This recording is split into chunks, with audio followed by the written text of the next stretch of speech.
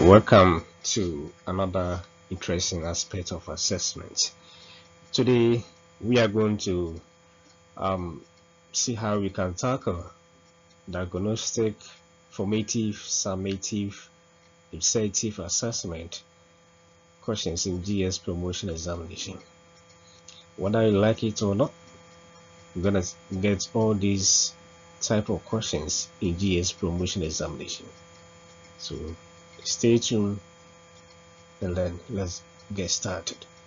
But before we get into the details of all these aspects, type on subscribe so that you can enjoy the next video on GES Promotion Examination. Now let's get started. Well, so the first one we're going to talk about is diagnostic, which is also the same as pre-assessment. Now what is this talking about? It's assessment conducted before instruction to determine students' prior knowledge, meaning that diagnostic assessment is a type of assessment used before instruction begins. Now, why this assessment?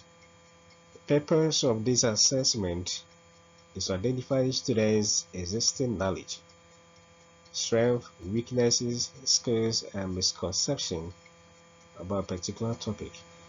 So here, the keyword that will help you to identify diagnostic assessment in GES Promotion Examination is that it is conducted before instructions. Alright, and also take note of the purpose to identify difficulties or weaknesses or prior knowledge before instruction begins. Let's look at the next one. Formative assessment. It's an ongoing process used by teachers during teaching and learning to monitor students' progress and provide immediate feedback. So here, this assessment is conducted during teaching and learning. It is sometimes also called assessment for learning. So under this formative assessment, you can also have assessment as learning, and this occurs when students reflect on and monitor their progress to inform their future learning goals. This is self-assessment, and this happens during teaching and learning. So take note of this. Formative is during teaching and learning. Let's look at the next one. Summative assessment. It's a type of assessment conducted after teaching and learning have taken place, usually at the end of a unit, term, or course. It is also called assessment of learning. So the keyword here is after teaching and learning. So we conduct this assessment after teaching and learning. The purpose of this is to measure and summarize what the learners have achieved, often for grading, promotion, or certification purposes. So the assessment that is conducted for grading or promotion or giving certificates is summative assessment or assessment of learning. Good. The next one. Okay, so this is a summary of these forms of assessment. Diagnostic assessment, that is before instruction. Formative, that's during instruction. Summative, that's after instruction. So we'll take note of this. Let's look at the next assessment. Ipsative assessment is a type of assessment where a learner or a learner's current performance is compared with their previous performance.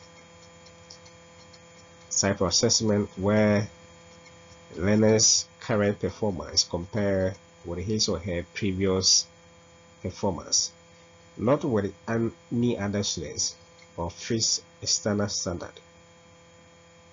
So this one just compare the learner's own progress.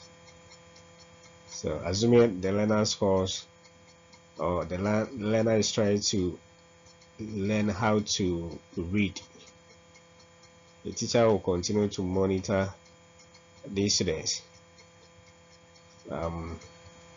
to this performance as against the next day or the next 2 days or the near future's performance, to see how the child is progressing. All right, let's try to look at some questions pertaining to these forms of assessment. And like I said, you cannot run away when it comes to GES promotion examination. You're gonna meet them, so please again, learn them well. Continue to watch the video to the end to see the various type of questions that are set on these forms of assessment. Let's look at the first question. It says that which of the following is not an example of formative assessment? And we said that formative assessment is during teaching and learning. So let's see which of these does not occur during teaching and learning. Okay, so when you look at this critically, you can see that end of term examination, this is done at the end of the teaching and learning, which is what summative. Peer assessment occurs during teaching and learning. Teacher observation during lesson, so the during is over the class quiz. We do all these under the formative. So the only thing that is not part of it is what? End of term examination. So the correct answer here is option A, end of term examination. That one is not part of formative. All right, let's look at the next question. Dash assessment is conducted during teaching and learning to provide continuous feedback. So here, the key word here that will help you to identify the answer is during. It's not before, it's not after, but rather during teaching and learning.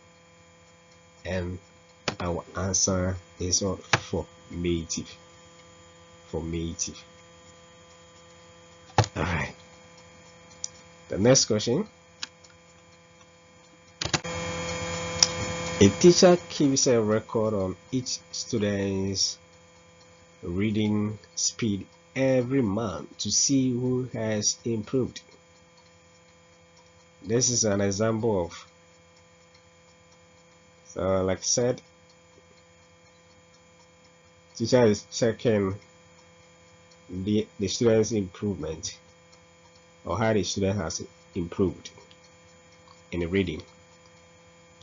So here we are comparing, or the teacher is comparing the student's current performance as against the student's previous performance. So check it. The student's current performance as against his previous performance, and therefore we will go for Ipsative assessment. Ipsative assessment. All right, good. Let's look at the next one. Which of the following purposes of assessment is often associated with the letter grade or number? So here we are awarding grade or certificate, or we are promoting. And the only assessment we used to do that is after we are done with teaching and learning, which is assessment of or summative assessment. Assessment of learning or summative assessment. They are all the same. Good. So go for option D. Alright, the next one. Which of the following is not an example of summative assessment? It is not. So summative is at the end. So the first one is part of summative, which is end of term examination. The May semester test used for grading is also part of summative. The next one, continuous observation during lessons. This keyword over here will not be part of summatives. So here the option C is not part of summatives, rather formative. Worksheet examination, the last one, is also part of summative. So the correct option here is option C, which is continuous observation. All right, let's look at the next one. A teacher notices that several students consistently struggle with solving word problems. She first gives them a short quiz to uncover the specific areas of difficulty. So look at this. Short quiz to uncover specific area of difficulty. So look at it. So we are talking about diagnostic over here. The first part is diagnostic assessment.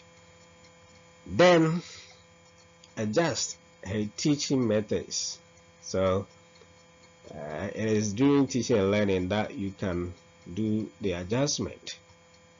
So you conduct, you answer the questions, or you observe them. If things are not going on well, then you adjust your method.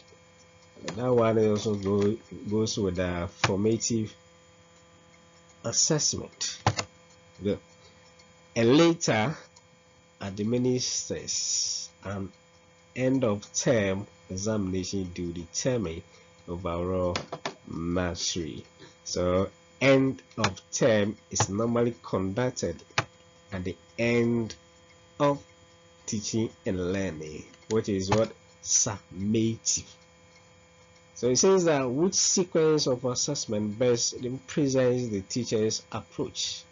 So like you said, the first one, which is diagnostic, is being identified. The next one, which is formative, then the last one is what summative. So we will go for option B as the answer. Option B as the answer. All right. We are left with one more question or two. Let's look at it. It says after marking end of term examination, a teacher realizes that many learners performed poorly in algebraic expressions. She analyzes the test scripts to identify common misconceptions and plans remedial lessons to address them before the next term begins. Which combination of assessment types is the teacher applying after the summative test?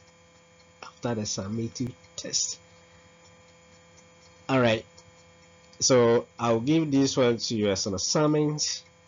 Provide your answers at the comment section. And let me see how you think about this question. So this is an assignment for you.